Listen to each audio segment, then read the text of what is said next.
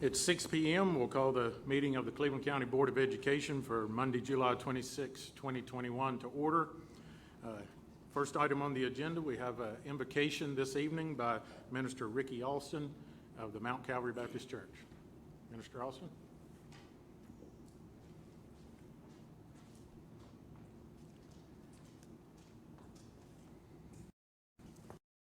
Let us pray.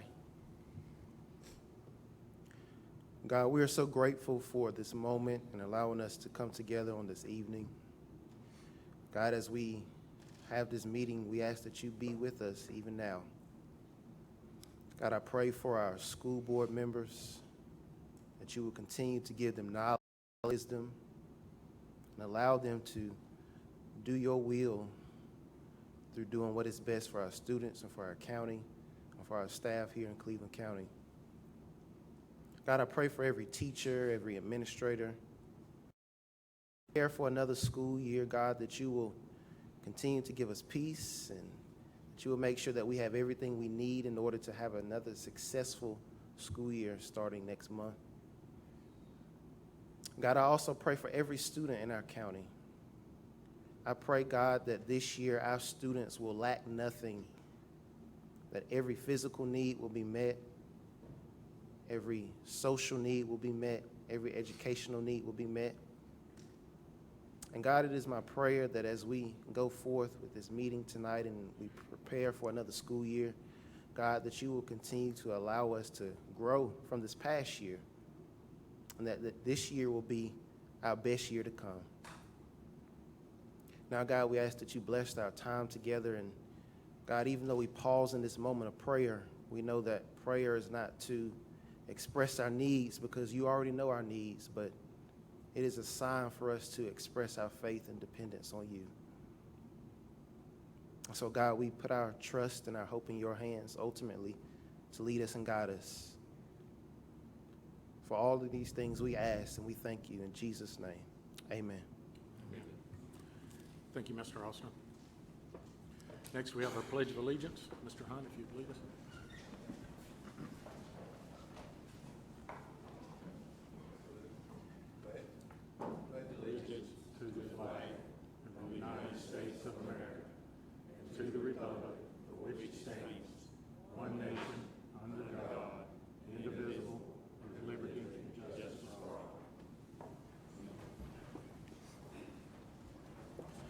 Next, we have some special recognition. Dr. Fisher.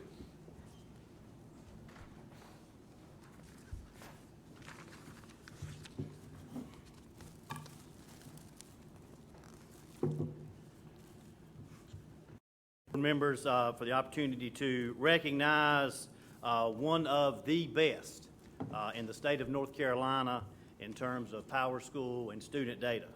Many of you know Mark. Mark Southard has been with Cleveland County Schools for many years, and when I say the best, and when I talk about a PowerSchool student information guru, this is the man across the state. There are times where we will call Mark and say, Mark, can we do this, this, and this? And Mark says, PowerSchool doesn't do that. And then an hour later, Mark says, well, I got this and I figured something out, and will tell the state how PowerSchool runs and does that. Mark is a jewel for our district.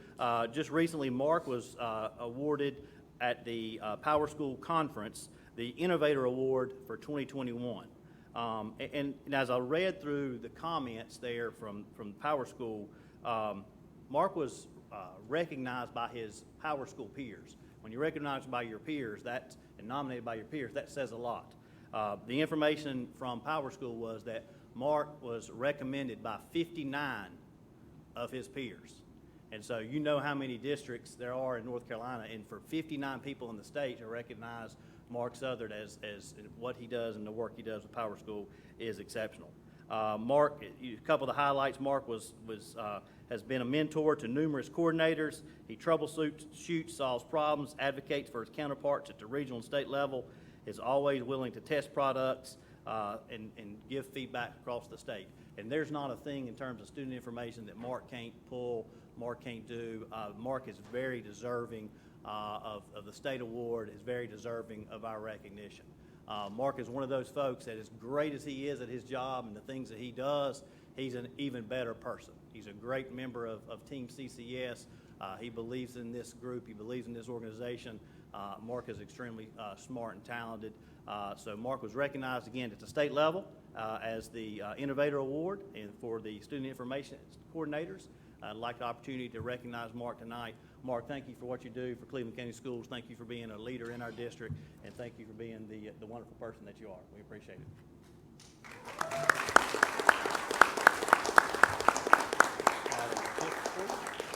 And we're going to give you the opportunity for you to stand up here and get your picture made. We'll ask Dr. Hunnell if maybe Dr. Hunnell will join us up here and get a picture, and Dr. Shull will make us.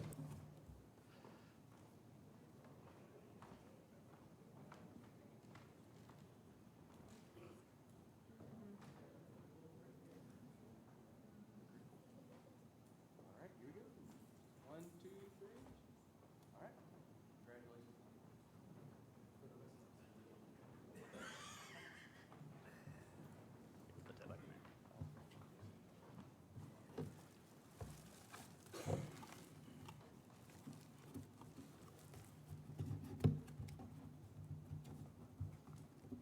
Thank you. Thank you. Appreciate it.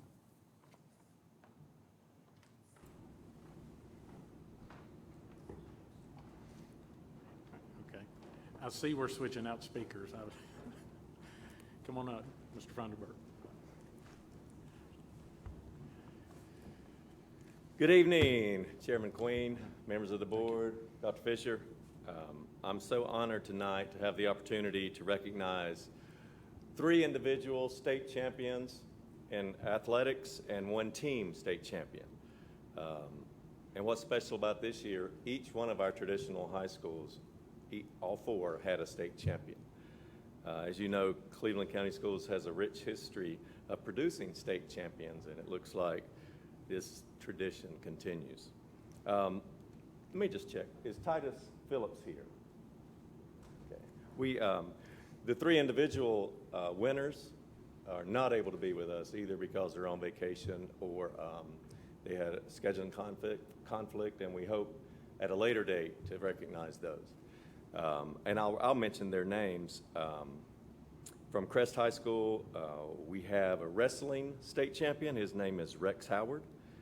From Burns High School, we have a 3-peat wrestler, Ella Bean, in women's wrestling. This is her 3rd year in a row winning state championship. And then we had Titus Phillips from Kings Mountain High School.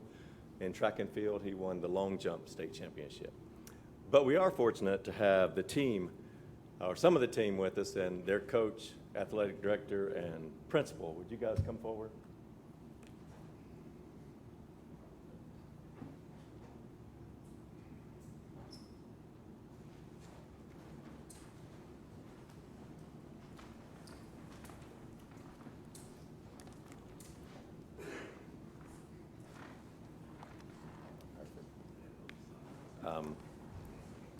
This is the Shelby High School.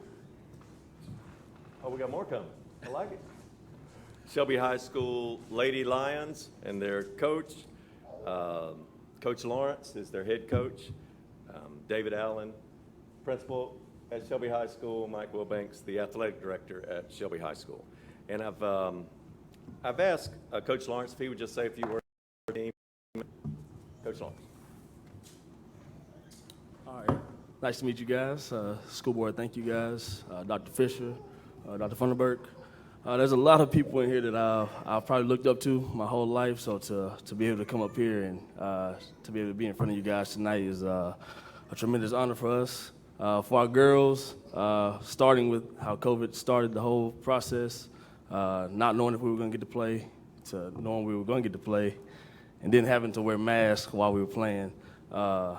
Put a lot of different twists on kind of what we were trying to do. We got really close to winning it last year, but we were really young last year at the same time. We were 9th and 10th grade for the most part.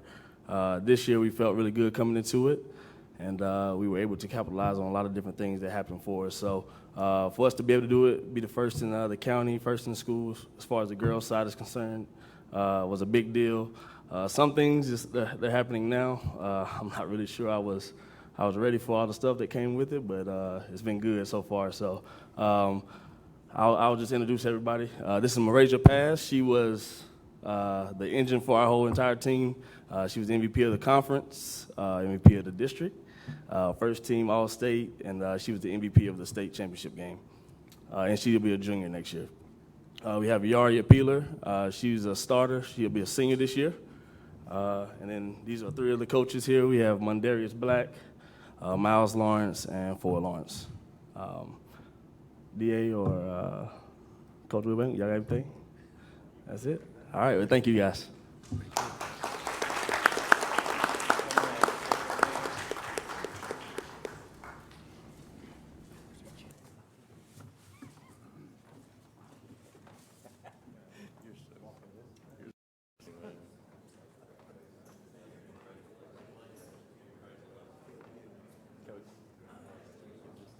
Once everybody gets through, we'll go right back up there and take a picture. Yeah, just follow, Coach. Yeah.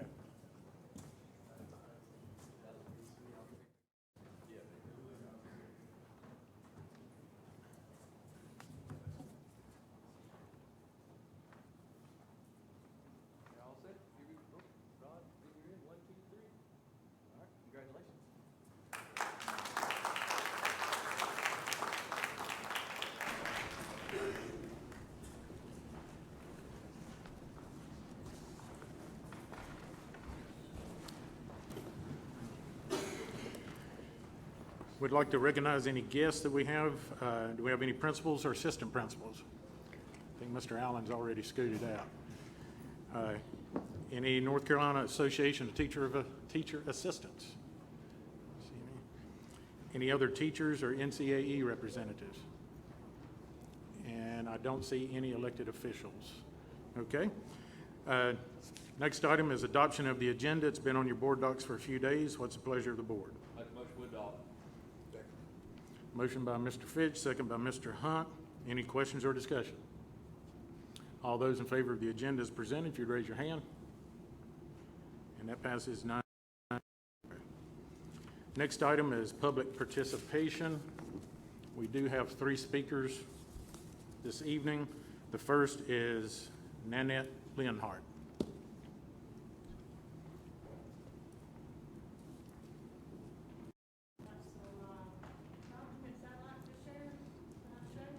Yes, ma'am.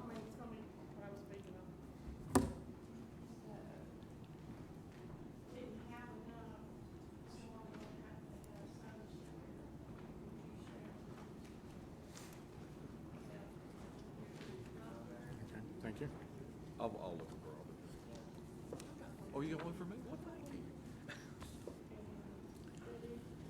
Yeah, we'll just share this. Okay. Hello, school board. Hello. And Dr. Fisher. Hey. I'm Nanette Linhart, parent of 3 kids who graduated Crest High School, Cleveland County Schools, grandparent of 8 in Cleveland County Schools. So, and I'm going to run through the list that you've got. You know, I just kind of picked and chose some of the things. So, first things first, no mask, personal choice, individual choice. Governor Cooper said should, K-8, should wear a mask, but districts can decide if they must. Excuse me. And foothold, a situation in which someone has obtained the power or influence needed to get what is wanted. In other words, transformative social emotional learning, SEL to CRT. Cleveland County Schools, Trojan horse. A Trojan horse is anything that looks innocent, but once accepted, has power to harm or destroy. TSL, transformative social emotional learning, to CRT. The cat is out of the bag.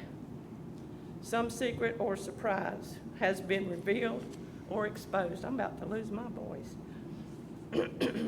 buy a pig and a poke, to buy something without inspecting it thoroughly, often with negative consequences.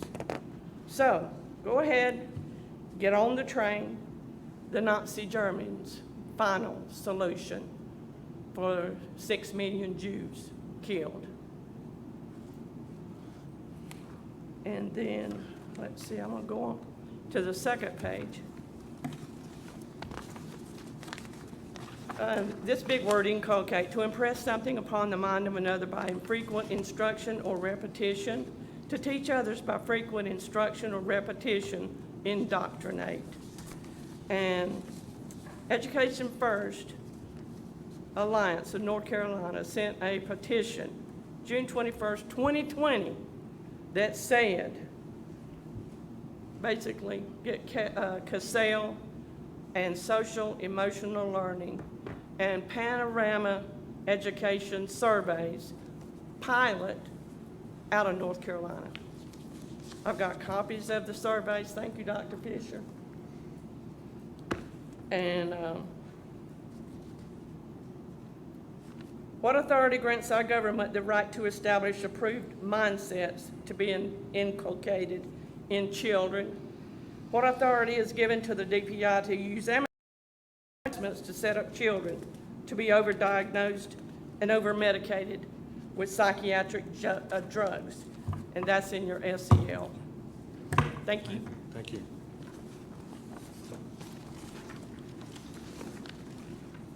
Second speaker is Ms. Marjorie Hooper.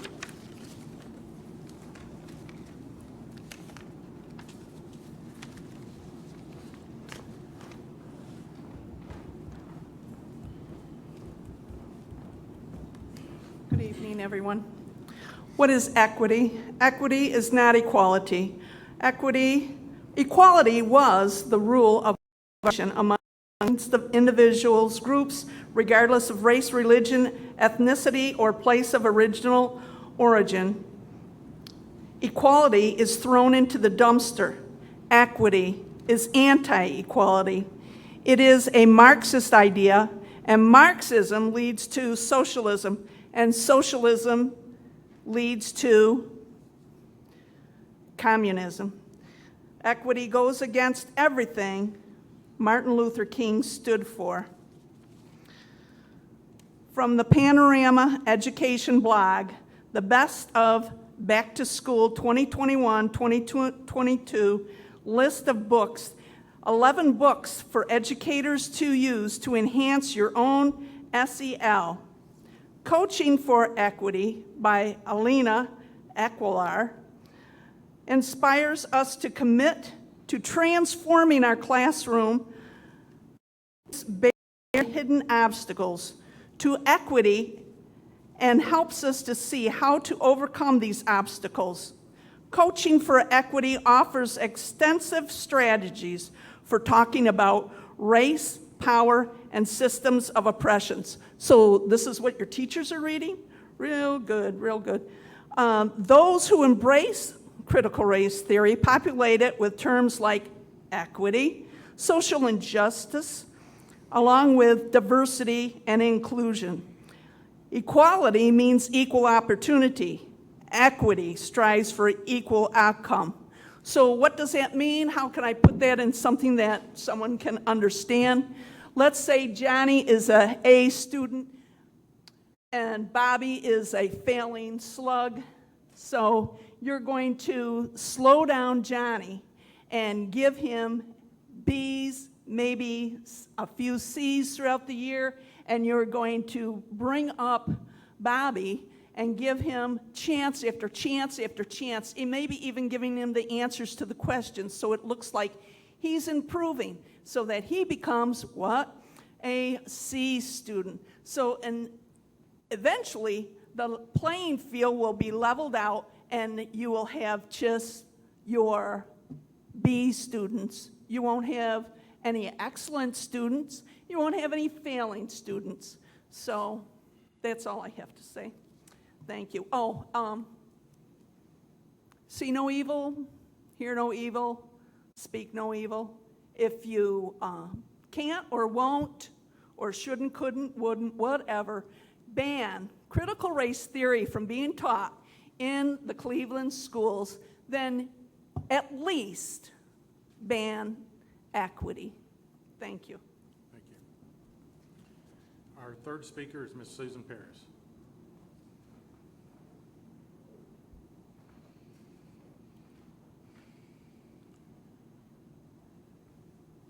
As all of you do know, I have a 15-year-old son who has severe autism, and he went to North Shelby School. But tonight I'm going to talk to you about transparency. I voted for 4 new school board members on this board, and one of the reasons that I did so was for more transparency. I am seeing some of that, but not a lot of it. I love the fact that you folks have these subcommittees like the safety committee and that sort of thing. What I don't like is not knowing how and why you come up with the decisions that you're coming up with. I would like for those subcommittee meetings to be videotaped and put on the internet. That way I can see what you're doing. Y'all have reduced the number of school board meetings down some, and I have to agree with the longest standing school board member. It feels to me like you folks have done that just so you would not hear people like me speak during public participation. I want to remind all of you folks, you work for me. I voted you in. You should want and need to hear my voice. Charlotte Mecklenburg Schools has had numerous meetings this month alone. This is your first meeting this month. As many things that are going wrong in Cleveland County Schools, instead of having less meetings, I think you folks need to have more meetings.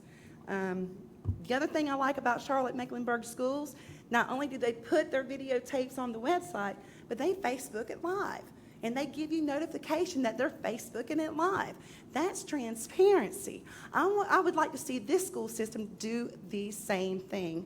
The other reason I came to you folks today is because of this policy that you folks have for first read. It is 4304, and I'm just going to call it the restraint policy. My son having severe autism, he is a child that is being restrained for his own safety and the safety of others.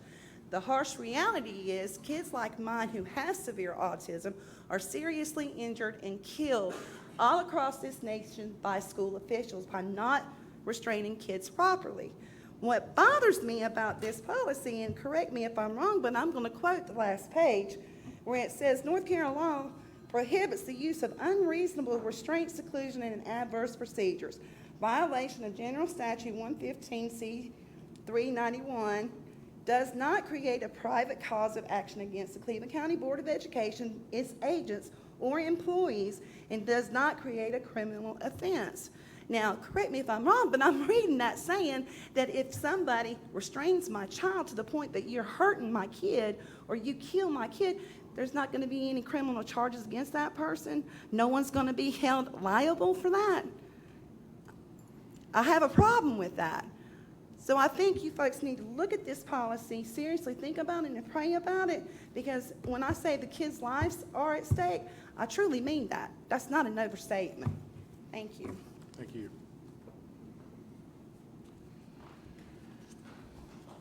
Our next item is approval of the minutes of previous meetings. First on the list is the business session, June 14th. What's the pleasure of the board? Move to approve. Motion by Mr. Humphries. Is there a second? Mr. Hunt, any questions or comments on the minutes? Yes. Mr. Blanton? I would like to excuse, I will not be voting on this because I was not allowed to participate on my Zoom meeting. I was out of town and I was on Zoom, but when it came to the closed session, I was allowed not to participate. So I will not be voting. Okay, For this some- first section is for the open session part that you participated in, but that's up to you. if you want. Well, split it then. It- 501 is. It is split, 502 is the closed part. The closed part of 501 is a general account. Okay, all right. I'll go with that one, and then when we get to 502, I'll make my statement. Okay. Any other questions or comments on the June 14th minutes for the open session? Those in favor, if you'd raise your hand. And that's 9-0. Second set of minutes are the closed session minutes of the June 14th meeting. What's the pleasure of the board? Motion by Mr. Fitch. Second by Mr. Hunt. Any questions or comments? Yes, this is the one that I was allowed not to participate in, and I was on Zoom, and I want it understood that I have nothing to do with that vote. Okay. Any other questions or comments? And in the past, in our closed meetings, a board member has been allowed to be on the phone in the past, by my understanding. Well, I can't speak to that, Okay. but I can't quote the policy off the top of my head, but our policies do not allow for remote participation in a closed session. Any other questions or comments? All right, those in favor of the closed session minutes for June 14th, if you'd raise your hand. That's 8. Any opposed? I just don't, Okay. well, a no vote is a yes vote, so I'm showing that I'm not. All right, I got you, 8-1. Okay. The next set of minutes are for the special called session on June 29th, 2021. What's the pleasure of the board? I think I heard Mr. Taylor. Motion by Mr. Taylor, second by Mr. Fitch. Any questions or comments? All right, those in favor of the minutes for June 29th, if you'd raise your hand. That's 9-0. All right, we're on to committee reports. First is Finance and Personnel. Mr. Shores. Thank you, Mr. Chairman. The Finance and Personnel Committee met on Friday, June 25th at 10:30. Excuse me. I'll repeat that. The Finance and Personnel Committee met on Friday, June 25th at 10:30. Mr. Karpinski provided the finance update for the committee. Highlighted in Mr. Karpinski's report was Budget Amendment 4. This amendment will need to be approved by the board, and the board has scheduled a special call meeting on Tuesday, June 29th at 11:30 to approve. Mr. Karpinski highlighted the amendments included in the proposals. Mr. Karpinski and the finance team had worked hard to prepare for the end of the fiscal year and included the amendments are needed adjustments to maximize the use of state dollars and ensure that the district doesn't overspend in the state's budget codes. The committee discussed the proposed budget amendment, and all board members gave amendment number 4 a favorable review. If the proposed amendment didn't change prior to the called meeting, the amendment would come as a recommendation from the Finance Committee. If it needed to be tweaked prior to Tuesday, then Mr. Karpinski will explain those changes, and we've already had that special call meeting, and it did change a little bit, so he presented it at the last meeting. Mr. Karpinski provided an update on the state budget. The governor released his version of the budget back in the spring. Earliest this week, the Senate released and approved their version of the budget. The process now waits in the House version. Mr. Karpinski indicated that most likely the budget process will end up with conference from the House and the Senate working out the budget details. Mr. Karpinski read through some of the highlights of the Senate budget, including but not limited to raises for teachers, a set minimum of $13 per hour salary for classified staff, and various bonuses. Cleveland County school staff will continue to monitor the budget process and keep the committee and board informed of the state budget's updates along the way. Dr. Fisher provided an update on the challenges the district is facing in finding candidates for classified positions. This is a growing concern in all areas, but especially in the areas of teacher assistants and custodial positions. Ms. Wankville noted that other districts are having the same problems, and the committee discussed the challenges all employers were facing in recruiting employees.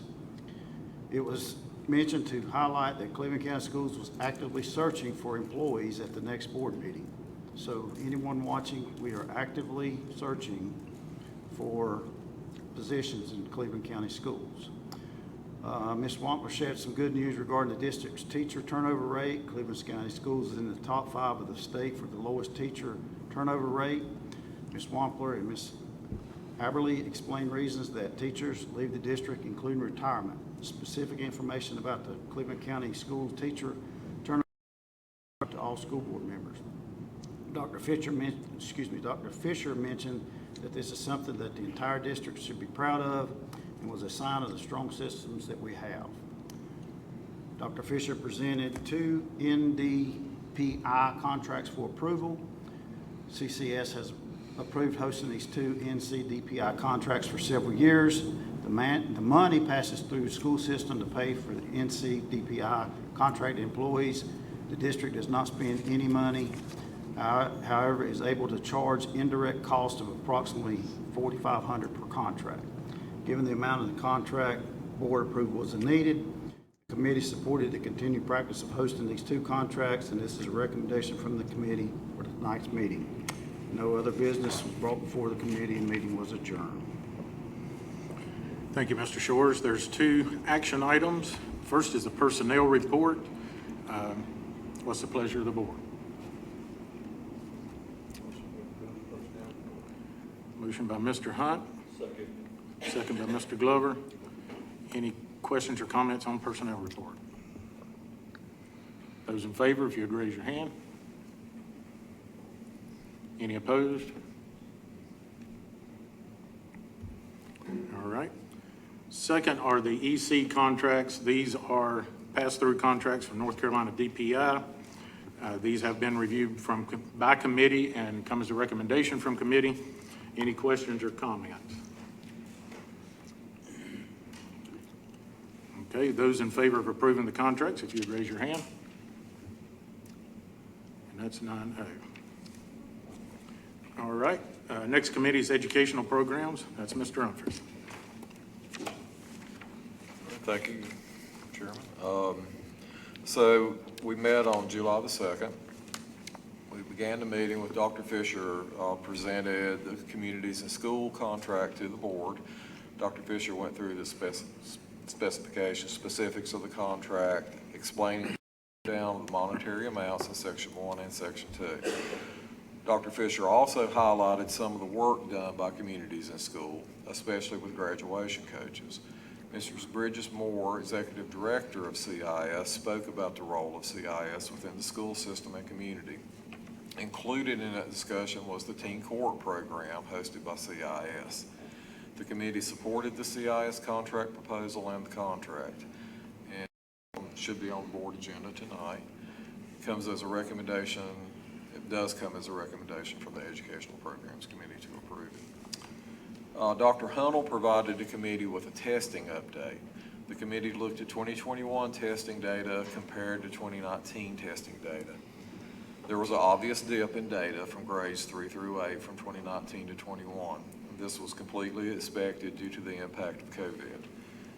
The high school end of course data did show a COVID dip, but it was not as significant as the elementary and the middle school data. Dr. Hunnell also highlighted the district's graduation rate, but explained that we have some seniors that will have by now have graduated. This was on July the 2nd, so they should have graduated by now over the summer with the summer course. I just went blank on what you call it, but credit recovery. Thank you so much. Yes. So we expect the district's graduation rate to end up between 89 and 90%, and that's where we're at. Very good. Thank you. Dr. Hunnell also went through the enrollment data for Cleveland Innovation and provided an update on summer school. Honestly, I'm going to skip over this part because summer school is over now. It really is. The committee then discussed the difference in standards and curriculum. Essentially, the North Carolina Department of Public Instruction and the North Carolina State Board of Education set standards for PK through 12 instruction in North Carolina. Local school districts and boards can select a curriculum that will help ensure the standards are met. Along with the standards that are set, DPI establishes related documents that assist teachers to understand and unpack the standards. The committee discussed the district's SEL and mental health plan and use of survey data. Then Dr. Fisher and Wendy Fitch discussed the district's current challenges in finding exceptional children's teachers, which Joel just referred to. We do now offer the retention bonus, which is $1,800, so that's already been passed since this committee met. And we did support that concept. So our next committee meeting will be this Friday at 10:30. All right, thank you. There's one action item from the educational programs. That is the Communities in School contract for 2021. And coming from committee, it needs no second. Are there any questions or discussion? All right, all those in favor of the Community and Schools contract, if you'd raise your hand. Was that a yes or no, Mr. Blunt? Yes. Okay, and that's 9-0. All right, next is Operations Committee. Mr. Blunt? Yes. We had a meeting, Ms. Wantner and Mr. Childers provided an operations update for the school committee. Ms. Wantner gave an update on the auditoriums at Burns and Crest High School. Mr. Childers updated the committee on several summer projects, including the gymnasiums and Burns and Crest High School. The floors are in the finished process, and we'll soon begin to complete the bleachers.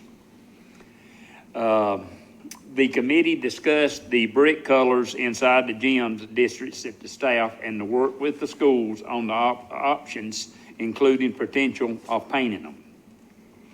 Then Tim Weiss then brought for Dove Deals several items. Switch routers, technology department had determined surplus on requesting board approvals to declare surplus and proceeding with selling on Dove Deals. The committee supported the recommendation, and the items will be presented to the board as surplus tonight at the meeting, and with no more other business. And we adjourned. Additionally, with the Operations Committee, the Burns High School football coach, Coach Devine, and a community supporter, Mr. Patrick Mooney, attended the committee meeting and presented a proposal for an addition to the Burns High School field house. The proposed building would be a separate addition to the current field house and would include meeting rooms for players and coaches, as well as a kitchen area. The proposed building would be funded by private donations and be built to the school systems and DPI specifications. The committee members asked Coach Devine and Mr. Mooney several questions related to their plans for funding and use of the building. Dr. Fisher explained that this process involved two main steps. First, the board would need to approve the committee's proposed plan and give permission for the community group to start raising funds and planning the project. The second step would be for a detailed plan, including architectural drawings, to be presented to the board for final approval. After discussion with Coach Devine and Mr. Mooney, the committee supported the proposal for the building, and the item is on tonight's agenda. So we have two action items for Operations Committee. The first is surplus equipment. That's a lot of technical stuff, switches and routers that I can't explain, but you've got the list there, and that comes from committee as a recommendation. Are there any questions or discussion? All right, those in favor of approving this equipment as surplus, if you'd raise your hand. And that's unanimous. Second item is the Burns High School athletic project. Again, this comes from committee as a recommendation. Any questions or comments on the athletic facility? Those are in favor of approving this first step so that they can start fundraising and planning, if you'd raise your hand. And that's unanimous. Next is our policy committee. Mr. Humphries. Policy Committee met on Tuesday, July the 20th at noon. Jennifer Wampler shared the revised copy of Policy 5121, which is disposal of confiscated weapons, drugs, and alcohol. This policy was revised by the Safety Committee. Everyone was in agreement with the changes that the Safety Committee recommended, and the policy is being sent to the full board for a first read tonight. Mr. Wampler also provided an update to committee members on policy 4200, management of student behavior. This policy has already been replaced by new policies and will be retired as noted on the new policies 4302 and 4300. In addition, it is recommended that Student Code of Conduct 4220 for all school levels and the old manual be moved to the new manual, then reviewed for updates. Leah Sink will review the Student Code of Conduct and make recommendations of legal updates if needed. There was a discussion of expectation related to student use of cell phones. Comments were made by all attendees, and Dr. Fisher is reviewing the cell phone exceptions, expectations with the principals for further discussion by the committee. Finally, the committee discussed policy 7730, employee conflict of interest, with specific attention to section C and secondary employment by employees. Mr. Singh shared a draft addition to the policy related to secondary employment and education.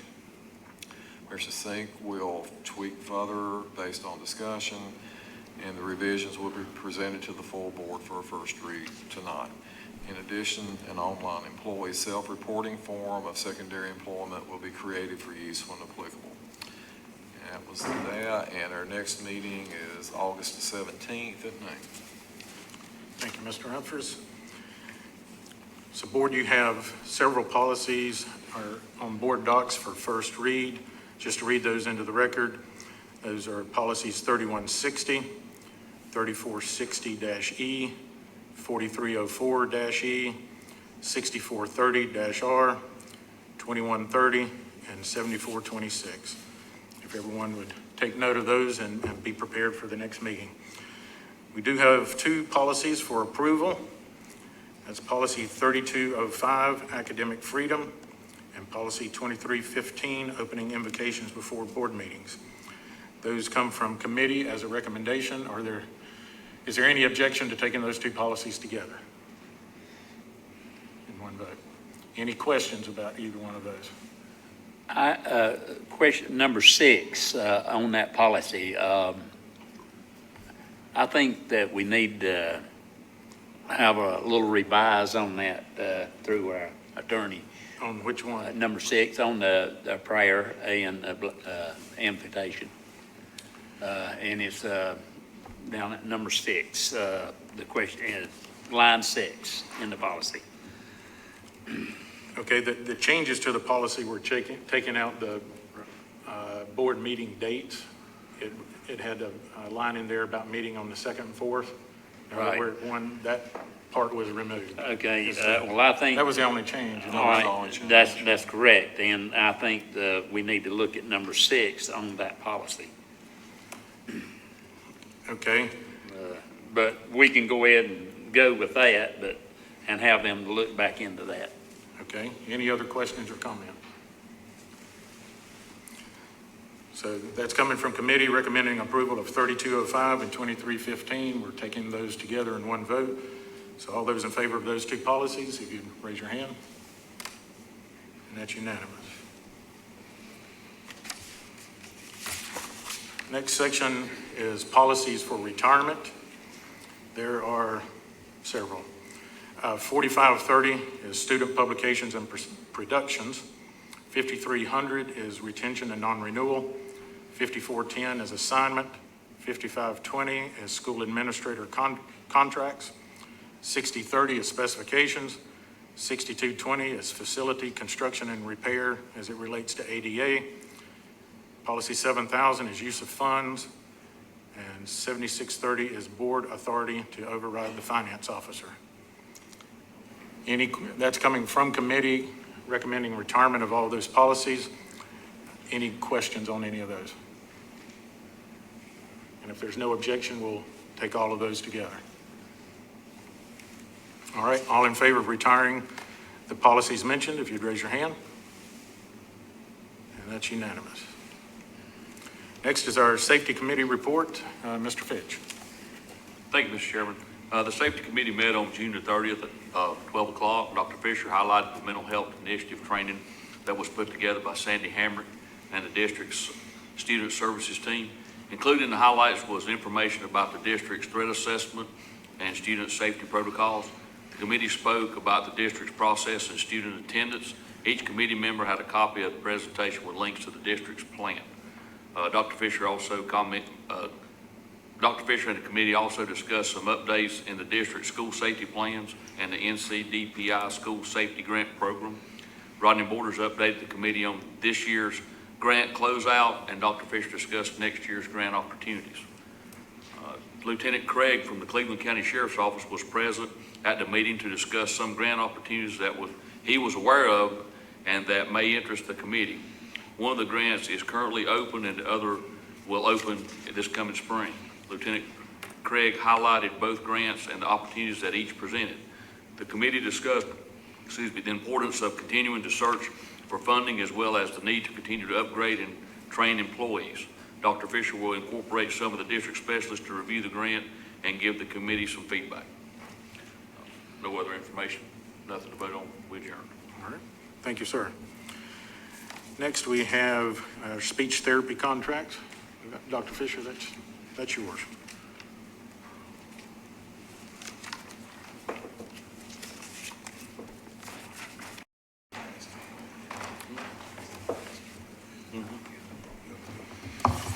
Thank you, Mr. Chair, members of the board. We have two speech therapy contracts recommended tonight due to those contracts. They need more timing of the contracts. We needed to go ahead and get those approved and did not meet the committee meeting. That's why we're doing that as a special approval. Be glad to try to answer any questions that you have. Those are to provide speech to our students.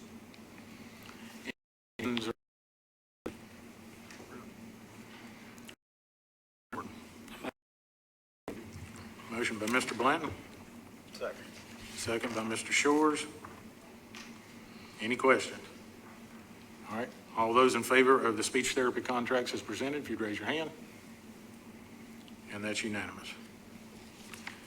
Next, we have our strategic plan. Yes, Mr. Chairman, members of the board, I gave you, provided a draft of our strategic plan at our June meeting. I know I've talked to a couple of you about things about that strategic plan, just for the benefit of everybody, kind of going back and highlighting how we created this strategic plan. We began this conversation back really in January with the committee groups and with the entire board and district leaders. Each committee really went through at their committee meetings in the late winter, early spring to identify goals. We had a retreat and spent several hours working through goals, mission, vision to get to where we are now. Each committee reviewed their individual goals, and we've submitted that into a strategic plan. This plan is a combination of the vision, mission, slogan, and then 3 to 4 goals for each committee area. If approved, we will take this strategic plan and we will put that into a dressier format, put it on our website. We'll actually have a one-pager where when you go to different places, you'll have access to that. You can present the district strategic plan. As we've discussed, this strategic plan is not something that you put on the shelf and wait 5 years and go back to 2025 and pull it out and say, well, let's see what that strategic plan says. This should be a living, breathing document. Although the dates are 2021 to 2025, I fully anticipate as we work through some of this, we will need to update this plan in 12 to 18 months because the goals and objectives of the board changes. There's some of these things that we'll meet, some of the things that we need to work through. I can go through that strategic plan. It's on our website, the draft. We've been through that. We can get some, put that up on the main screen. Dr. Shultz.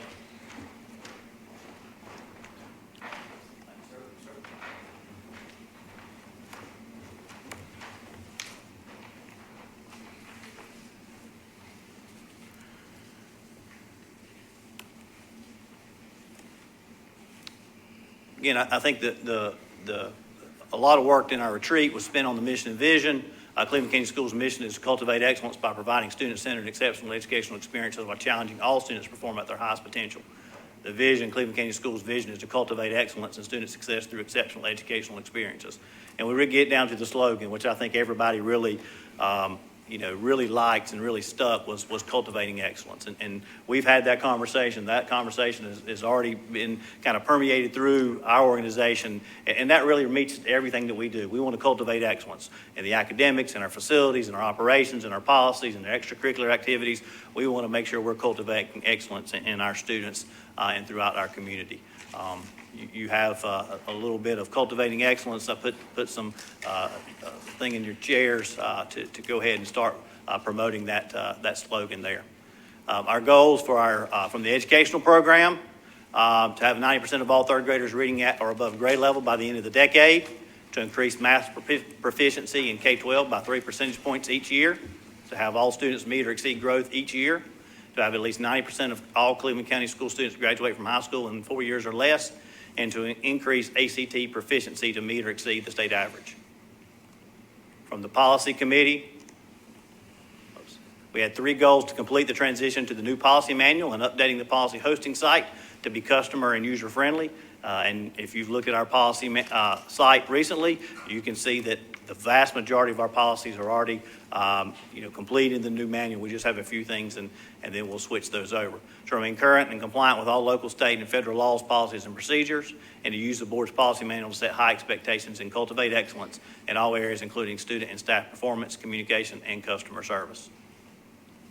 From the Finance and Personnel Committee, to increase teacher, classified, and other supplements to meet or exceed the state average.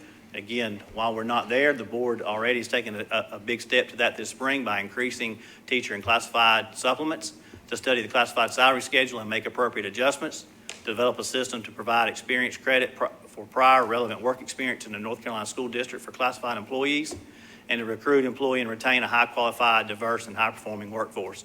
Again, some of the things that are already happening to do that is looking at our EC teachers, the recruitment bonus, the retention bonus for EC teachers is already a part of that. And then to create a performance-based bonus system, and we've still got some work to begin on that. From the Operations Committee, address 4 goals: to conduct a thorough facilities assessment for the district in order to evaluate facility needs and future growth opportunities. That is ongoing. That process has started. To maximize the effectiveness and efficiency of our facilities and operations, to address the HVAC needs at the 4 traditional high schools in our district, and to complete the auditorium projects at Burns and Crest High School. Yeah. I got a question. Yeah. Yeah, okay. On that operations committee, I feel, on that operations report there, and I like the strategy and everything, but I feel that we need to have our employees in our meetings with our architects, because they know what's wrong in our schools. And they might help that architect find something that they're having to go look for, and they're charging us by the minute and by the second and by the hour. If we've got somebody hearing what they're having to say versus they're not there, and then we got somebody translating it like me back to somebody, or one of the staff here translating it back to the maintenance department. I feel that we need them supervisors intact, especially since we did not hire a project manager, that we need our supervisors intact with our meetings so that they're hearing what's going on, and then if they hear something, they could come back and say, hey, I can help you out right there with this right here. That could save us thousands of dollars. So I feel like that they were coming in our meetings at the beginning, but for the last 2 meetings, I have not seen some of our HVAC or project managers or whatever. I've not seen them at our meetings, and I've been there. Well, they've not been at our committee meetings, Mr. Blanton, but they've been meeting with the groups from that doing our facilities assessment. As a matter of fact, in the visits that we've already started with facilities assessment, we had somebody from our maintenance department there. But I understand. But a board member might like to hear what our people is saying versus that architect too. I feel like they need to be present when we're having it. because that's my opinion, though. I'm Okay. just one person. All right, thanks, sir. And then for our safety, from the Safety Committee, to endorse a system of collaboration with community resources, including parents, service providers, organizations, medical experts, law enforcement, and local businesses to enhance every area of health and safety for our students and staff, to create and promote a healthy and safe learning environment for each school by establishing and educating students and staff on safety processes, procedures, protocols, and practices, and to systematically evaluate safety procedures, protocols, and practices at all of our school campuses and buildings, and ensure the documentation of building safety plans. And some of that really rolls into some of the stuff we're doing with operations as well. So members, and then the last one, I'm sorry, I forgot this one, to endorse character education and promote good citizenship for all students and staff. So I present to you the strategic plan. Again, this originated in the committee meetings from the 5 committees. Come to you tonight for your approval. If this is approved, then we'll begin to push this out, market this, and work to meeting these goals. All right, board members, we kind of took the first read process with this, and it was presented at our last meeting. We can treat this as a second read. Are there any questions or discussion before we entertain a motion? I got one. I would like our maintenance crew to be involved with us on that operations and stuff, so. Is that a goal for the strategic plan? I think it's a very precious goal that putting that in, so. But I'm ready to go forward to get with it. Mr. Chairman, if I could I recommend that y'all discuss that in your next operations? That'll be fine. Yep. Okay. All right, what's the pleasure of the board regarding the strategic plan? Make it second. I call Mr. Fitch and Mr. Bland. Any further discussion? All right, those in favor of the strategic plan as presented, if you'd raise your hand. And that's unanimous. All right, Dr. Fisher, a superintendent update. Yes, thank you, Mr. Chair. Members of the board, want to provide a superintendent's update, especially as it relates to COVID, returning to school, and recent interactions of the release of the North Carolina Strong Schools Toolkit. Just to kind of go back and summarize kind of where we've been really over the last 5 to 6 months, beginning February 22nd, 2021. If you remember, Cleveland County Schools began to transition students to Plan A for full in-person learning 5 days a week.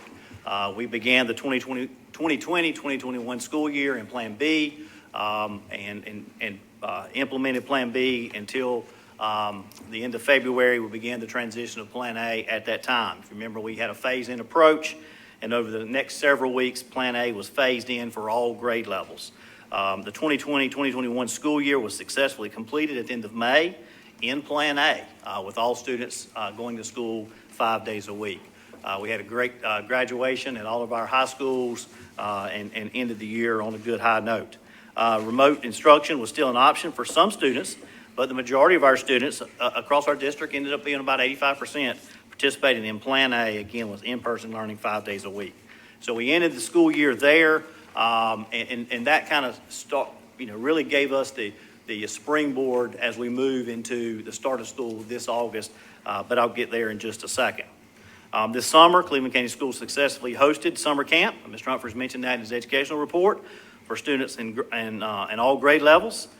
Summer school was in person at our school sites. We had a good turnout for summer camp. We had lots of high school students get credit recovery, a lot of elementary students. That was successful in our district. Graham Elementary is off to a great start. Today was the start of their second week at a year-round school. They started last week, had a great first week of school, and got off to a good start this week. Graham is in Plan A, full in-person learning, and they are following the protocols that were still in place or left over from the 2020-2021 school year. As we prepare to return to in-person learning, I think our students and staff are excited about returning to school. Had the opportunity for different functions today to talk to 3 or 4 of our teachers, and they were all expressed their excitement about returning to school. I'm sure if you talk to some of our students, they may say they're not ready for school to start back in the summer, but I really believe that majority of our students are ready to get back into our schools. Although the plans A, B, and C, we talked a lot about that last year, and I think, you guys were part of many of that conversation. They do not exist in the most recent edition of the North Carolina Strong Schools Toolkit. Students enrolled in one of our 29 traditional schools will experience a full in-person 5 days per week instruction. Cleveland Innovations is the current option for students that desire full remote instruction. So a little bit different for our plans for this coming year than they were last year. If you remember last year in our traditional 29 schools, we had both the in-person option and a remote option. This year at our traditional schools, in-person instruction will be the only option at those schools. Our remote option will be through Cleveland Innovations. Our current enrollment in Cleveland Innovations is about 105 students, and again, that was presented at our last educational programs meeting. Getting to a little current data, as you're well aware, some information that I've sent you and you've received from different organizations. Effective July 30th at 5 o'clock, the current North Carolina mask mandate ends. According to the most recent edition of the North Carolina Strong Schools Toolkit, masks are no longer required in our schools. As stated in the toolkit, masks are suggested for anyone unvaccinated and in grades K-8, regardless of vaccination. In making final preparations for the 21-22 school year, which is hard to believe, but it is just a short time away. As we near the end of July, our district's leaders will be working through district and school protocols, including but not limited to health screenings, applicable and appropriate distancing, and cleaning procedures. Given the fact that the mask mandate ends at the end of this week, the requirement of students and staff to wear masks inside buildings and on school property will need to be discussed. Mr. Chairman, I'll pause right here at that time to entertain questions or conversation about the next steps and related to the wearing of masks or face coverings in Cleveland County schools. Any questions or discussion for Dr. Fisher? I have, it's kind of concerning masks, if someone don't like the way this board goes with that. When's the deadline to register Cleveland Innovation? We will entertain applications for Cleveland Innovations. We've tried to encourage and send information out because of scheduling to do that in advance. Mr. Shores, we understand the complexity of COVID and what's going on. We want to be sensitive to those needs, so we will still have an application process to Cleveland Innovations. Ideally, again, that's already happened, but we understand we may have additional students that are interested in enrolling in Cleveland Innovations. So we'll look at that, we'll meet with that family, work through that application process with that. Do we have a maximum number that we can handle with Cleveland? Not at this time. It's been part of some legislation proposed, the capacity of that, but we're fine with that. Again, we've only have, Dr. Hunnell, I can't remember the number at last, but about 110 students at that. So we've got room. Obviously, we'll have to adjust staffing if that number increases, but we're in a good place to handle that. Dr. Ware has done a great job with Cleveland Innovations throughout this process. Mr. Blunt? Well, with my little research that I've been doing, the House approved it, gave it to us, our decision. The Senate approved, that was a couple months ago. The Senate approved it a couple weeks ago. The governor come up and said what he said, but he recommended, that. Well, I feel like it ought to be a parent's and a teacher's choice, without a doubt. And if we have to come back, if the COVID picks up, we have to come back. We step back in. We cut our meetings to one a month. We can go to 2 a month, and have another meeting. But I feel that as many calls as I've got, and I know every one of us has received lots of calls about this. So I feel that we need to leave it to our staff and our parents' choice. Thank you. Thank you. Mr. Hunt? Dr. Fisher, you gave a good report on how we finished up the school year and some updates on where we started and where we ended up. We were all wanting to get students back in school, and we were able to get them back in school with Plan A by using masks and, listen to CDC and consulting with our health officials. yeah, the governor left it up to the board to approve, but also, we've got to use good common sense also. It's up to the board to make sure that the people that can't make a decision to be vaccinated are protected. And, I'm talking about these elementary kids that are under 12 years of age that don't have a choice. And when we say, let's leave it up to the individual, the parents and whatnot, what happens there is, if you make mask optional, you put it on the administrators and teachers to enforce whether they vaccinated or whether they're not vaccinated. I think that as a board, we need to err on the side of caution, start the school year the way we finished last school year, and look at it again in 9 weeks to see, if we need to make adjustments. I don't think we need to take the mask away and monitor. I think we need to keep the mask and monitor after 9 weeks. We'll have order. Each board member gets a chance to speak their mind. Mr. Chairman, Mr. Shores.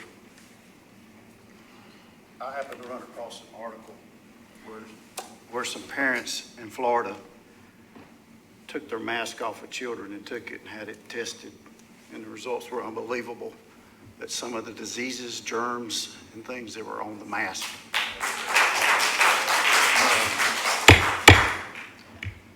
I wished I'd brought that article with me tonight because it laid out some very serious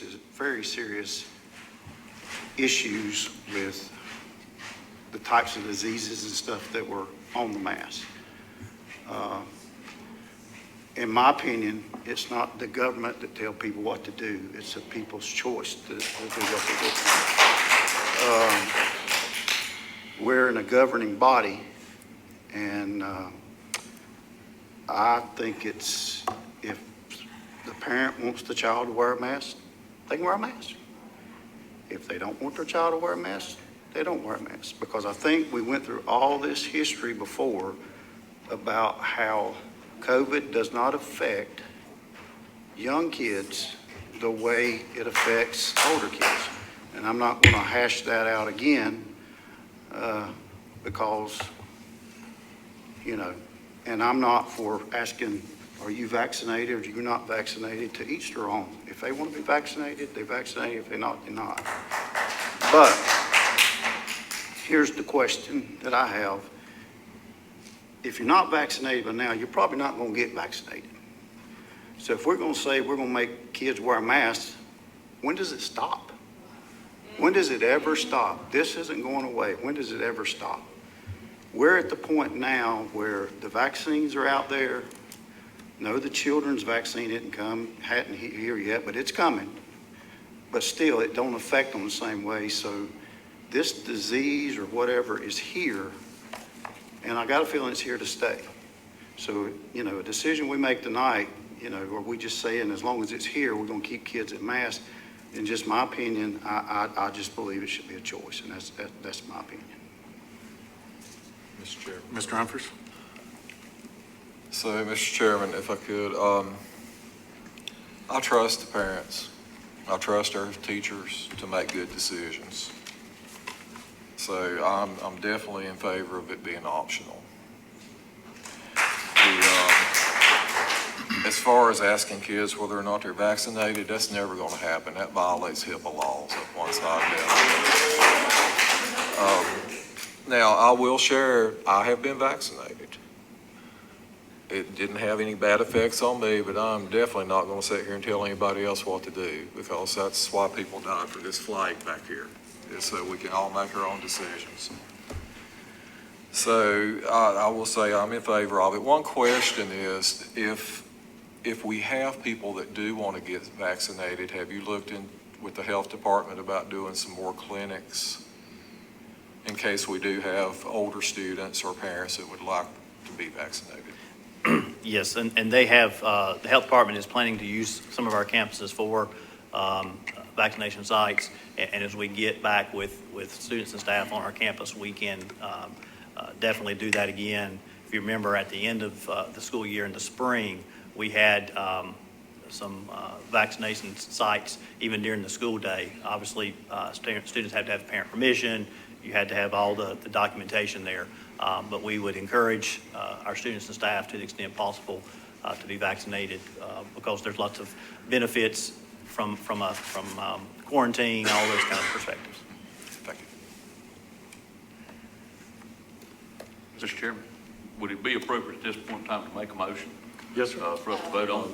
Or let them be. Look, they won't. Yeah, we can go ahead and go ahead, Mr. Mr. Chairman, earlier today, I had conversations with several different folks. They looked at it both sides. I've been vaccinated. My wife's been vaccinated. My kids have had the luxury of getting vaccinated. They've had that choice.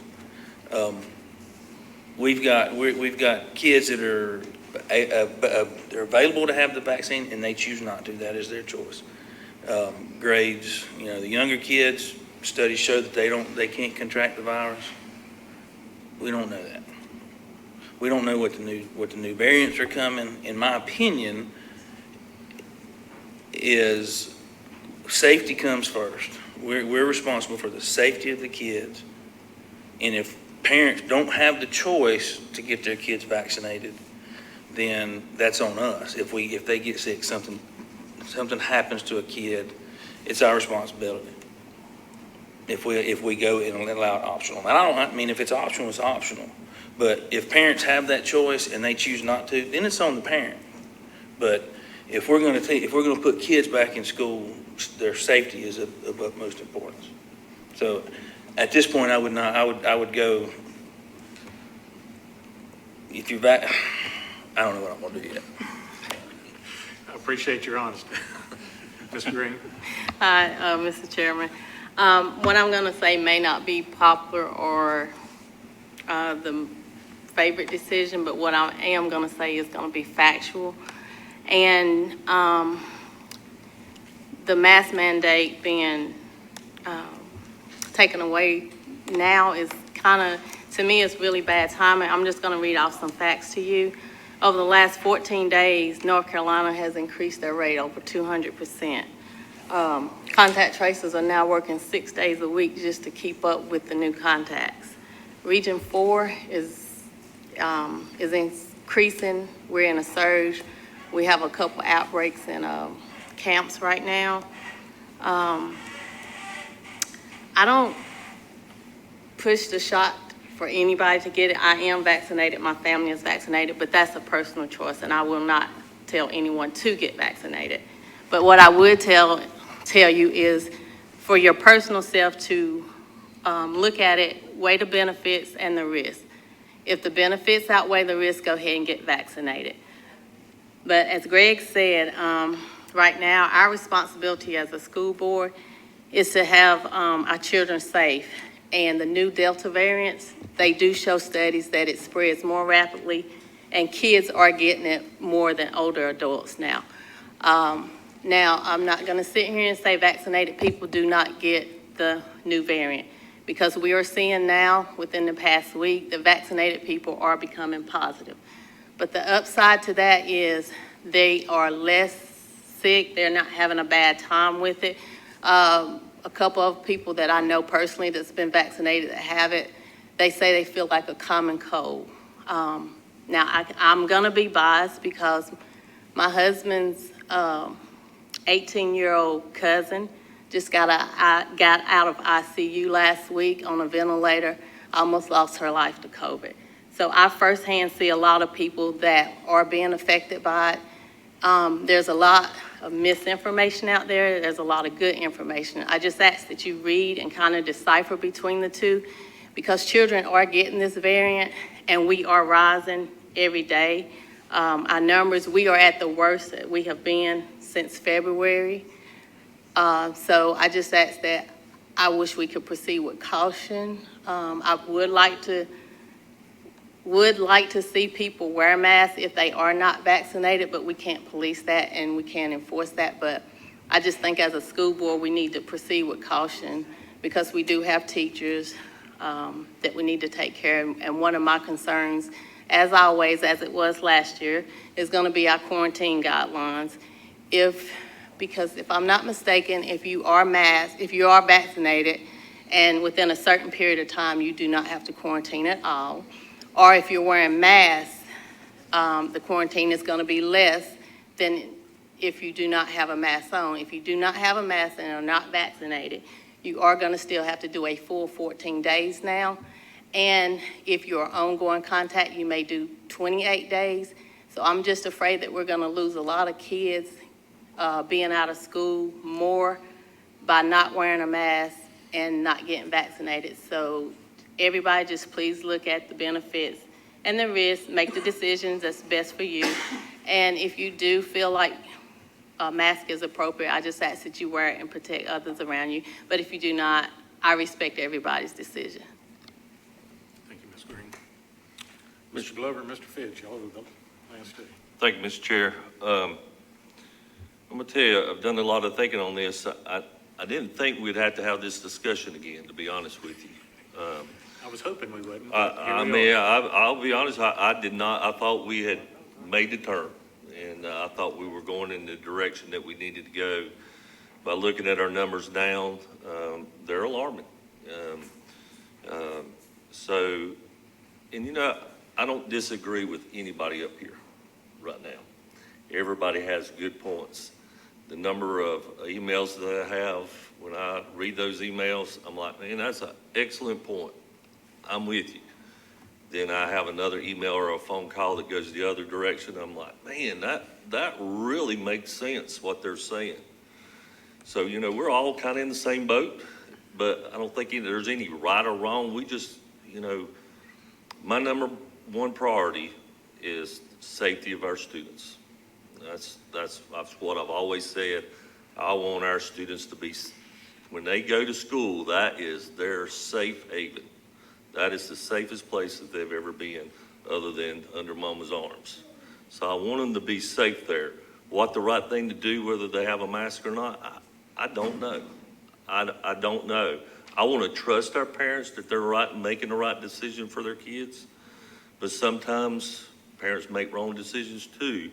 But I don't know if it's, you know, if wearing the mask is a decision that we need to make for them.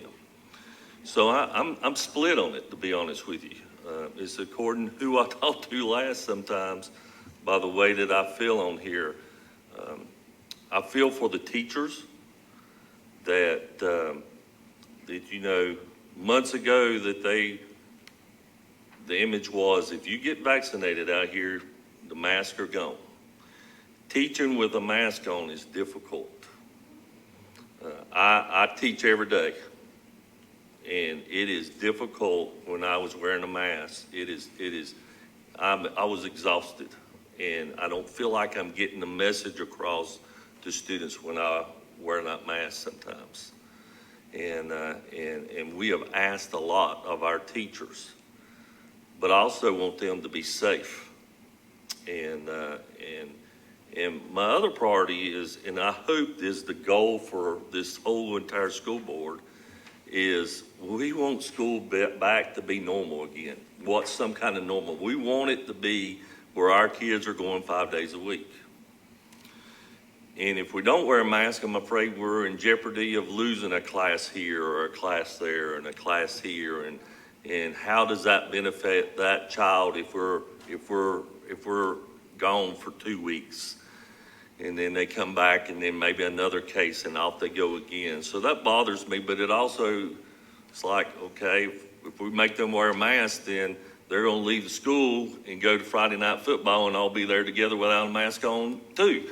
So it's kind of like the COVID don't stay away from, okay, we're not gonna go to Friday night football, but we're only gonna go to the school. So I'm torn. I'm kind of like Mr. Taylor. I'm not sure. And I could ramble on and on and on, but this is a very hard decision, and I've put a lot of thought with. I'm looking at one of the emails now that one of the teachers have written, and, I know there's some teachers I talk to that's like, we don't want to wear a mask anymore. And I got emails here that there's teachers that want to wear a mask. So, but we got to give them maybe the choice. I don't know what the answer is, but I'm torn. I want school to go the entire time without anybody missing any classroom time. And I don't know, to be honest with you, I don't know what the best thing to do is to keep those kids in our classroom, because that's what I want. And I've rambled, and I don't know if any of that makes sense, but, We'll pass out quarters before the vote. man, it's, Odd man. man, yes, it's difficult, so. Mr. Fitch, I think you're the only one that hasn't spoken. Yes, sir, Mr. Chairman. There's not a whole lot else I can say that's not been said, so I'd just like to go ahead and move, to make a motion that we move to, the board and move to empower the superintendent to implement a layered mitigation strategy, including physical distance, hand hygiene, adequate access to diagnostic and screening testing, and closely monitor for the increase of COVID-19 cases. These measures should be implemented to the greatest extent possible without excluding students from full-time in-person learning, and make masks completely optional throughout the Cleveland County school system. Okay, we have that in the form of a motion. Second. I think Mr. Humphries beat you to the punch there. Any further questions or discussion? Mr. Chair, have we had any input from our health department, our director with the health department, to give us any guidance? Have you had anything, Dr. Fisher? I have had some discussion with our health department today in terms of follow-up with the toolkit and the protocols. Our conversation was really focused today on what happens if we go this direction, what happens if we go in this direction, to continue to monitor. As you said, they're concerned about increased cases and the increased number of cases with COVID. Our conversation was really focused around if the board decides to move forward with mask optional, things we need to put in place, things that we need to put in place if the board moves forward with mask being or mask mandatory.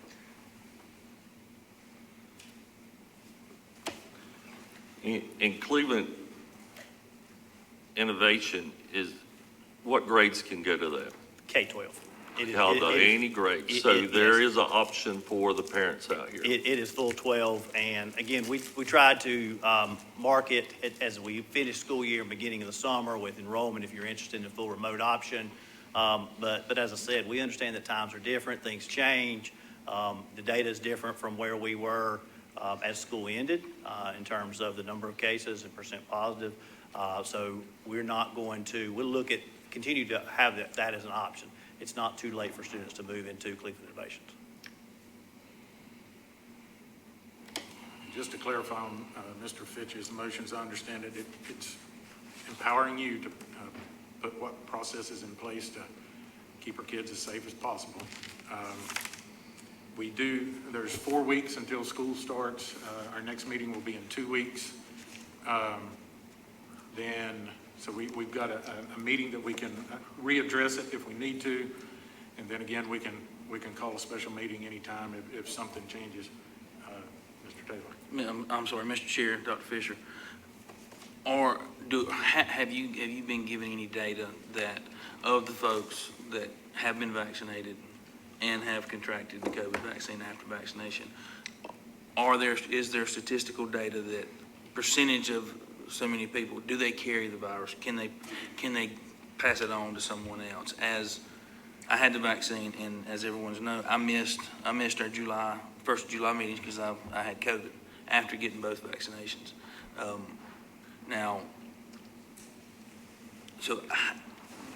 Is there statistical data on that? And That's my question. Yeah, Mr. Taylor, I don't have that data. The information I do have, which was a little bit dated, is the last presentation that the North Carolina Department of Health and Human Services did to the State Board of Education, which showed a high percentage of the positives were from unvaccinated people, and I think we've continued to hear that. That was their data. Again, that data was really through the month of June. In that time period was the May and June. So, but to answer your question, I really don't have that piece of information. Ms. Green? Yeah, Mr. Fisher, Dr. Fisher, I have a question. Did they discuss the quarantine guidelines about 14 full days? And going back to Mr. Glover's question, really that was the conversation that we had with the health department about, really the quarantine guidelines in the event that the decision was made to make mask optional. What did that mean for the quarantine guidelines? Because the quarantine guidelines are different in terms of vaccinated versus non-vaccinated, and then those with mask, without mask. And so those things, the toolkit lays that out pretty well. We'll be continuing to have ongoing conversations with the health department to plan exactly what those things are. Again, as you know, and you and I have had those conversations from last spring, that each individual situation is different because of the specifics of that individual person or child. And so, we'll be in that same boat to be able to interpret that. But as we know, the quarantine guidelines for non-mask individuals are more stringent than they are for masks. Yeah. And then they're different from vaccinated and unvaccinated. Well, with that being said, I have a question. And if the situation arises and we have a non-mask student that has a quarantine and maybe it's an ongoing because there's a parent that's positive or something, if they end up being out of school for 28 days, I know we don't want to ask our teachers to teach remotely and in class like we did last year. That was a lot on them, and we appreciate them for doing it. But do we have something in place that a student is missing 14 or maybe 28 days of school that we are not going to let them get behind, or how will we handle that? I don't think, Ms. Green, we will be able to totally abandon remote instruction. What we won't have in our traditional schools is a situation where we have Plan A and Plan C. At the end of last year, we had Plan A and Plan C going on at the same time. We'll have Plan A going on, but we understand, regardless, it could be an out-of-school issue that a student is quarantined, and we obviously don't want students to miss that much instruction. So we will continue to have some semblance of remote instruction ongoing, and we have students that are present remotely, that whether they participate, in a synchronous or asynchronous instruction, that is where we do have advantage of Cleveland Innovations to be able to step in and assist, do some other things with that. But we, obviously, if a child's out for 14 days, either with COVID or as a contact, we just would not want to leave that student out. Dr. Hunnell and I actually had that conversation today, going back to one of your conversations, Mr. Glover. You thought maybe, okay, when we finished the year, this was going to be over, and we thought, okay, the blended remote instruction is going to be, maybe that's going to be a thing of the past, but we know that that's not. And actually, what COVID really taught us from an instructional perspective is how we can do that, even if it's a non-COVID. As you're dealing with the flu, you're dealing with things, and you have students out for an extended period of time. Now we have resources that we've tried to be able to continue to allow students to make academic progress while they're out of school for whatever reason. Any other questions? I don't want to overstep, but I just have one more. But I caught you first, so. Our region here, locally around us, what are their school boards? What kind of decisions have they made, or have they even brought that up? I know, we're responsible for Cleveland County, but just curious. I think that there's a lot of meetings ongoing. I think in our region, there are 4 or 5 school districts that have already decided they're going to a choice option, a mass choice. A couple districts had announced that prior to the release of the toolkit. Obviously, in conversation with several of you, we wanted to see what the toolkit said, look at those things before we made that. I think there was one district that had a called meeting yesterday and said masks were optional. So those that have made decisions seeming to be mask optional. I think there's several districts with meetings tonight and tomorrow and probably the rest of this week. Thank you. And as Mr. Queen said, and I don't want to read just to kind of emphasize that you do have future meetings. Obviously, we have 4 weeks till we start school, and in some ways, 4 weeks seems like a long time. The 4 weeks will be gone here before we know it, but I do think it's important that we continue, regardless of the decision of the board, we really continue to monitor that data, closely look at that, because if the data from the end of June to the end of July, it's changed pretty dramatically, and so we need to continue to monitor that moving forward. Well, I've had the shot, and my doctor advised me to take the shot due to my health issues. But it also triggered something of my immune system too, probably, most likely, and so I'm fighting my rheumatoid arthritis now. And they feel like that shot could have triggered it off because your immune system could be affected by taking the shot. But I took it. I thought that was my best choice with my situation, and I just like for the people to know there are choices out there. And I feel like I don't like to wear a mask, but I did wear it when we had to wear it, and I don't want to now, and I don't want to make somebody so. I feel like that it should be a person's choice. I just have one question. When you bring that data to us from the health department, I would like to see it up to age 12, because there's so many people get hung up on who tests positive, and if you're 12 and above, you have the right to go get the vaccine. So I want to know from those kids that are up to age 12, because there's nothing we can do about 12 and older. So I want data that shows those who don't have the vaccine when you bring that back to us. When you say the number of positive cases Yes. that are, okay, yes. We definitely know that when we were in school, because obviously we tracked that, but I believe from the health department, we should be able to get that kind of data from them. Yep. And I would say, Mr. George, thank you for that, question. Any other data when we come back at our meeting in 2 weeks, any other data that you would like, if you'd let me know, we'll make sure that we have that data available. I'm going to ask Mr. Fitch to repeat his motion because I didn't get it all written down, just so everybody's clear.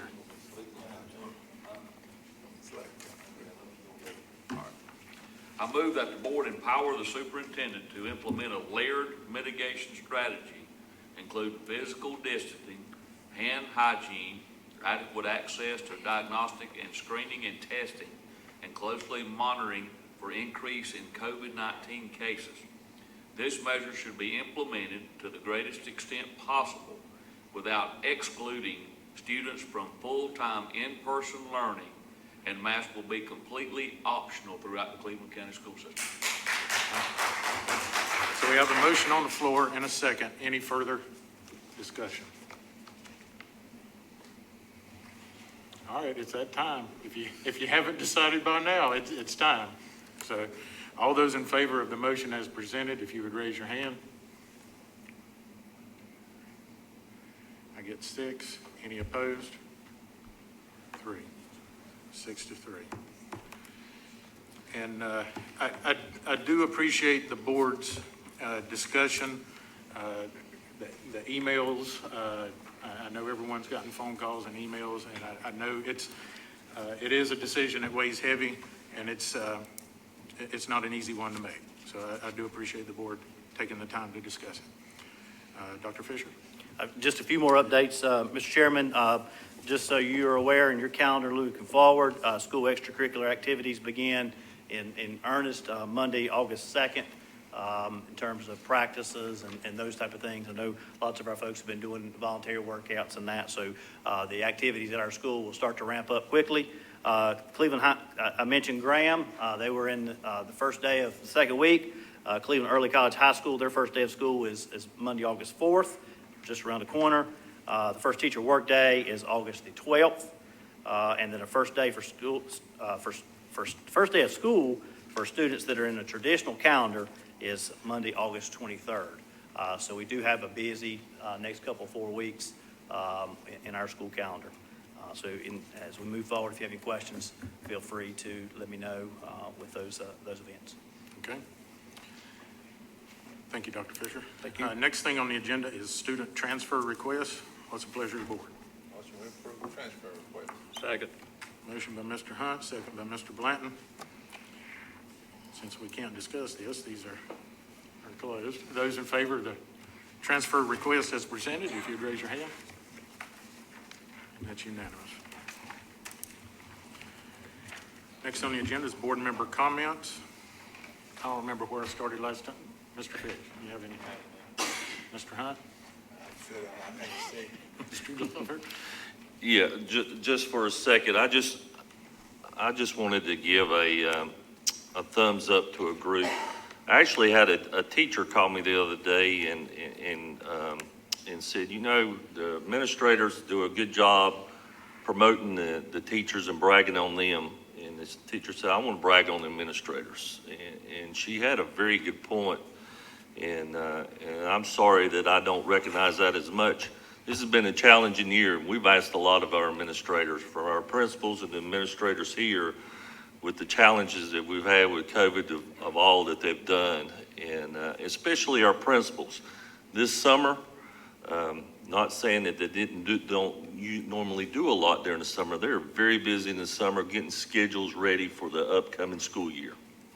This year, they had that on their plate, also had on their plate summer school going on in their schools. And it makes it very, very difficult for them to juggle all that. And I just want to give them a thumbs up and a big thank you for making it happen. They made it happen. They made summer school go off really well. And they've done an excellent job coming up with this schedule, and a lot more planning to do with the COVID numbers coming up on some challenges. So I just want to applaud our principals and our administrative staff. Thank you. Mr. Harper? Mr. Shores? Mr. Blank? Got one thing. I had a phone call about a month ago. There was a lady, she was born in 1923. And a staff member here, there was a family brought her diploma in. She graduated, it showed on the diploma, in 1945. But she actually graduated from Shelby High School in 1943. And I went to, the person called me and says, can you find them? Well, there ain't much I can't find. So I went to work. She got married in 1952 and moved to Boone. Stayed up there for many years. She moved, her husband died. They buried him in Boone. Then she came back to live with her mother. That put her about 94, 95 years old. She come back to live with her mother, and she had a couple children. And I kept digging, and so I called Mr. Cash. He goes back in history and stuff like that, and we got to running and tracking things down.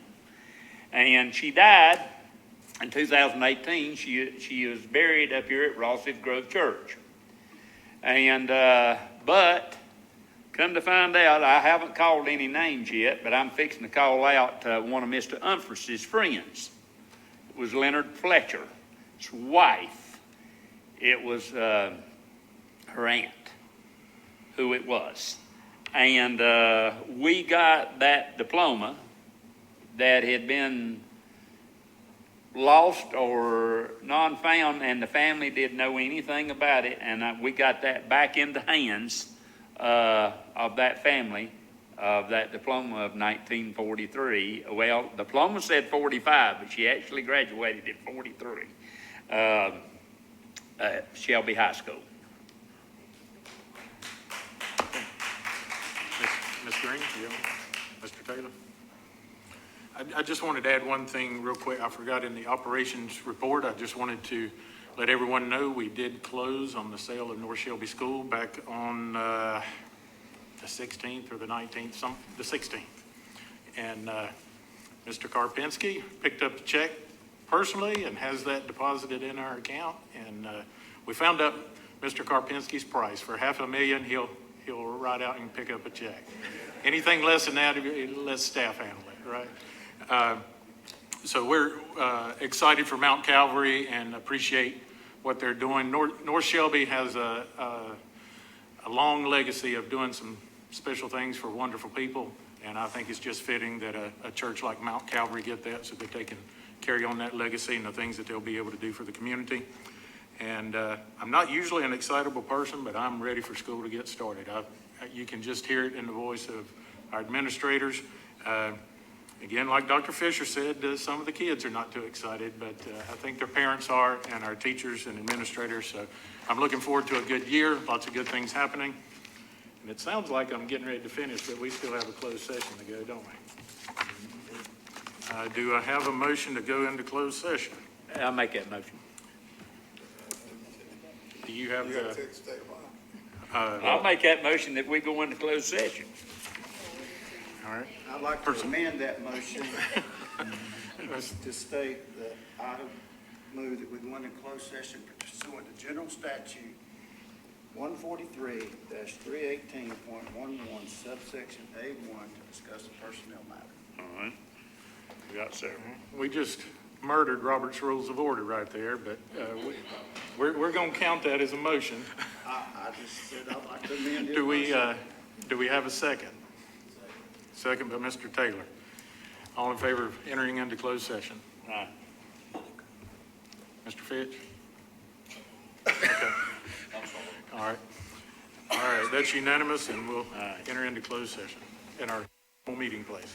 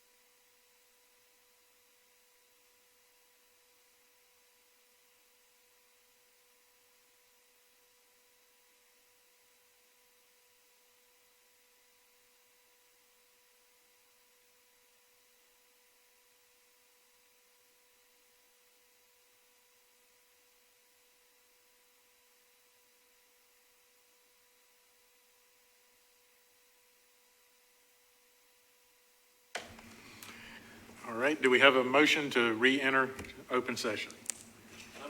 Second. Call Mr. Taylor and seconded by Mr. Shores. Those in favor of returning to open session, raise a hand. And that's unanimous. To report from closed session, the board did make a decision on a confidential personnel matter, and no other action was taken during closed session. Do we have a motion to adjourn? So moved. Second, I call Mr. Blanton. Those in favor, have a good evening.